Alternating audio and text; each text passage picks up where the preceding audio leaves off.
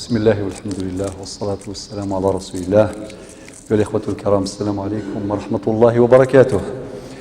وقيد درس ويس 13 من دروس سيدي خليل، شرح المختصر الفقهي للشيخ خليل. الموضوع بوسا، درس بوسا رقم 13. الموضوع بوسا فصل في التيمم. مقدمة. زرما يثمثن ربي ندي القرآن: وما جعل عليكم في الدين من حرج. سورة الحج الآية 78. ويند ربي ذي سورة البقرة الآية 185: يريد الله بكم اليسر ولا يريد بكم العسر. ويند ربي ذي سورة النساء الآية 28: يريد الله أن يخفف عنكم وخلق الإنسان ضعيفا. باش نفهم سي الله ثاقي بلي ربي يبغى التخفيف، أراد بنا التخفيف، يبغى يستخفف لنا. ليسر ليسر ليسر ليسر بلا الزيارة من بعد ساعة في الشلوط أصحاب الصوت استوي. المقدمة باش ديني إلا غادي الفقه مقارن تخفيف الإبدال. أشو تخفيف الإبدال؟ ونلزم هذه زاسي في الدير زاسي غيمي اللي ما يقدرش يصلي واقف يصلي جالس. علاه؟ جائز. يصلي جالسا على جنبه أو مستلقيا، المهم يصلي. يون هذه الزال سيفدي ما يزمر سيفدي يمور يزمير لا شوف له كرسي، شوف له مطرح، في ذي سيفوس، في ذي سازلماض، ثين غنيث مستلقي فوع بوفيس ابلا فونتر. انا عامه بشرط قرويس القبله. اذا كان واحد يصلي في الدار مريض يصلي على كرشو، راسه القبله، صلى على ظهره، رجليه القبله، كل شيء بالتفصيل في الفقه. وكاين تخفيف ابدال اخر: الماء. اللي ما يقدرش يستخدم الماء ولا ما لقاش ولا مريض ولا واش يدير؟ تيمم. شفتوا؟ الله يبارك التخفيف. يريد الله ان يخفف عنكم وخلق الانسان ضعيفا. درس في اليوم عن التيمم، فصل في التيمم. قال المصنف رحمه الله، يعني الشيخ خليل سيدي خليل: يتيمم ذو مرض. معناتها وين يهلكن يصالح يتيمم، ماشي اي مرض، خاطر كان امراض واحد يمرض شويه الحمى مليح، بالعكس يغسل بالماء خير، ولكن اذا كان مريض لا يستطيع. يتيمم ذو مرض وسفر أبيح.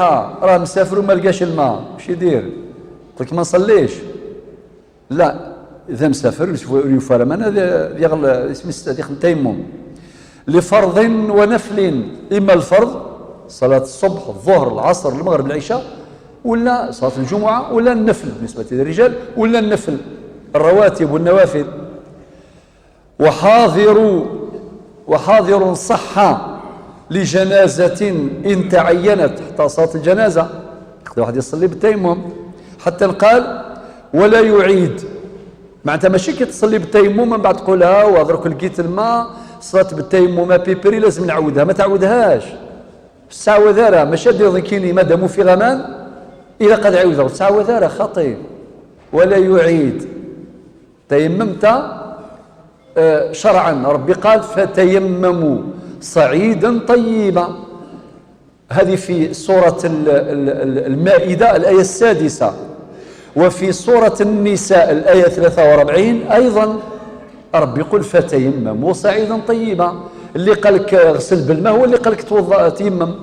وين كاين ربي غدينا سير السوامان ما إلى ساعة العذر استيمم وتسعى وذر ولا يعيد.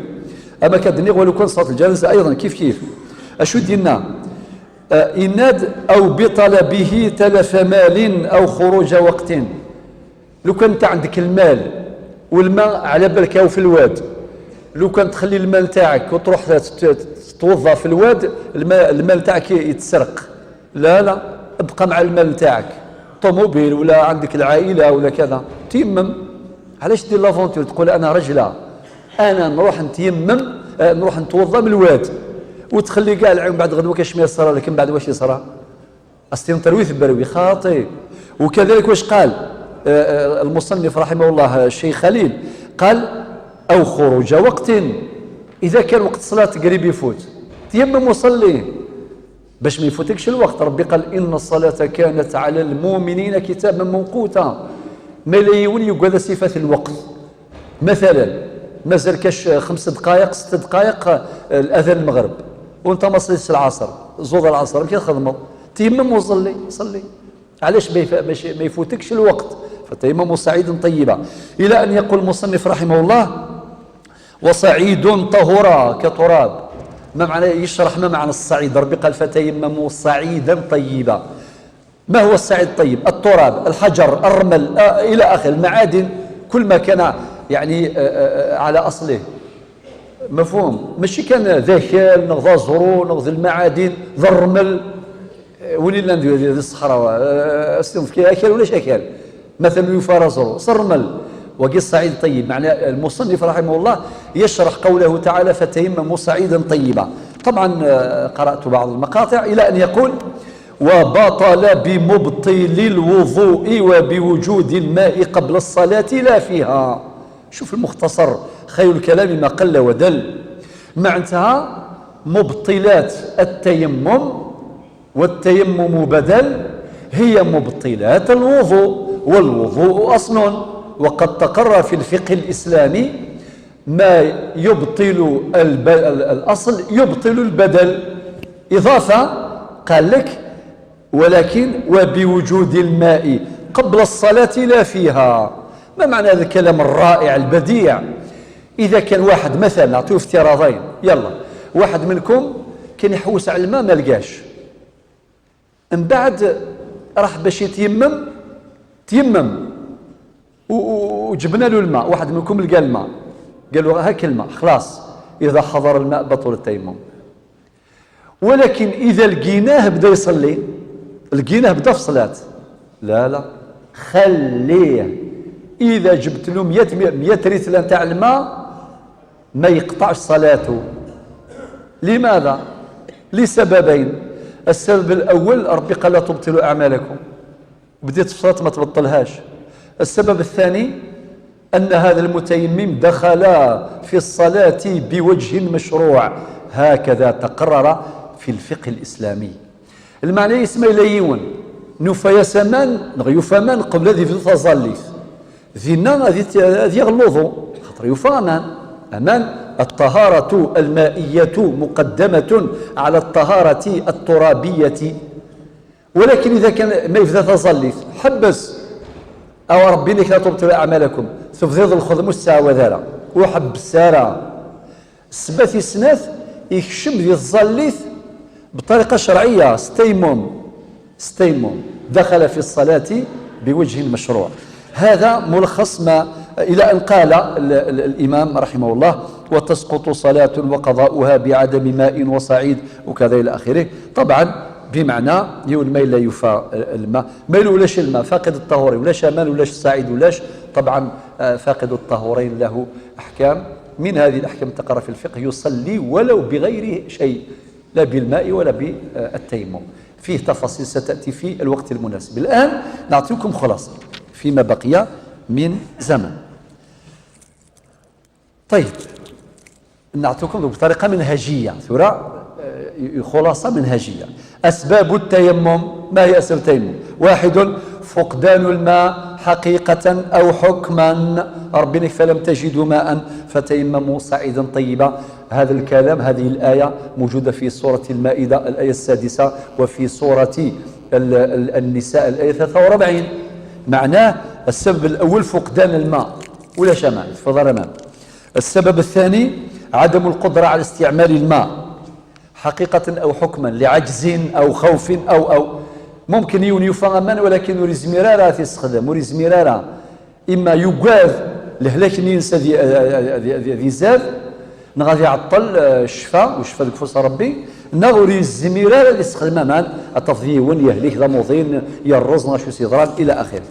السبب الثالث وربنا ذي القرآن لا يكلف الله نفسا إلا وسعها. السبب الثالثة أما كدير الخوف من المرض أو زيادته أو تأخر برئه، وقد أشار إليه المصنف سيدي خليل رحمه الله.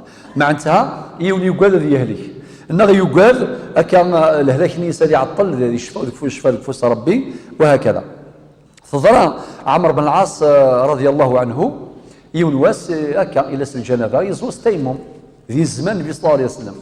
من بعد اسمي يزولك الجيش إلى آخر سنين سلمان إلا نيذس. من بعد اسمي دبض النبي صلى الله عليه وسلم حكى ناس ما شاهوش ناس ثاني يزول التيمم يزول إمامه صلى إماما بالتيمم. معنى يجوز الإمام يكون بالتيمم وإحنا بالوضوء عادي يجوز شرعا، وإن كان الأفضل أن يكون الإمام لعلو مرتبته أن يكون على طهارة مائية ولو كنا نحن على طهارة ترابية، ولكن يجوز للإمام بالتيمم أن يصلي بالمأمومين يصلي بالناس. وبعدين يزول الصباح يزول عمرو بن العاص. من بعد اسمي ديال الخبر اللي عليه الصلاة والسلام استقسات اسمي ثم يقول الناس يا عمرو صليت بأصحابك وأنت جنوب يعني استيمم ذا شو سينا؟ قلت إني سمعت الله تبارك وتعالى. عمرو بن العاص يسلي غير ربي يناد يسلي غير ربي. طبعا القرآن يسلي في قراءة النساء. شوفوا لكن الحياة كيف كان الصحابة يعيشون مع المصطفى صلى الله عليه وسلم. إني سمعت الله تبارك وتعالى يقول ولا تقتلوا أنفسكم إن الله كان بكم رحيما. فابتسم النبي صلى الله عليه وسلم ضحك وبسمته دليل على موافقته. النبي صلى الله عليه وسلم نسينك يضصى وتضصى نيس تون كونفيرماسيون أكيد العلماء المعنيس يقبل أي خدمكني عمرو بن العاص. وهذه السنة تقريرية. سبب يصرف على الخوف من خروج الوقت ما اللي يقول في الوقت يجوز باش يتيمم ولو كان الوقت الاختياري ماشي غير الوقت الضروري، لأن الوضوء بدل التيمم والوقت لا بدل له. شوف قواعد الفقه رائعة. إنك التيمم بدل للأصل ولكن الوقت لا بدل له، كي يروح الوقت راح الوقت. وبعدين الخامس وجود الماء ولكن يحتاج إلى الشرب الإنسان والحيوان. إما أنتم رحتوا في ثلاثة في سفر عندكم الماء ولكن عندكم القسمة تشربوا أنتم والبقرة اللي معاكم ولا الخروف ولا أنتم تيمموا، ولكن العطش ما تقدرش تنحل العطش بالتيمم بالتراب. ولو كان الحيوان شفت الحيوان يعطش أعطي الماء للحيوان وأنت تيمم. شوف كيفاش يعلمنا الإسلام رعاية حتى حقوق الحيوان. وبعدين فرائض التيمم النية ثم زورثنا من الأعمال بالنيات. في سنة الصعيد الطيب ذا زرو حجر ذا رمل ولا تراب ذا خال إلى آخره زجاج معادن إلى آخره. وجعلت لي الأرض مسجدا وطهورا هكذا قال النبي صلى الله عليه وسلم. ولكن في سنة الضربة الأولى كتضرب الحجر هكذاك الضربة الأولى هذه فرض هذا ركن. الثانية سنة الثانية هذه سنة هذه. وبعدين رابعة تعميم ظاهر الوجه معنى كي تمسح وجهك بالتيمم كاع وجهك كامل فامسحوا بوجوهكم.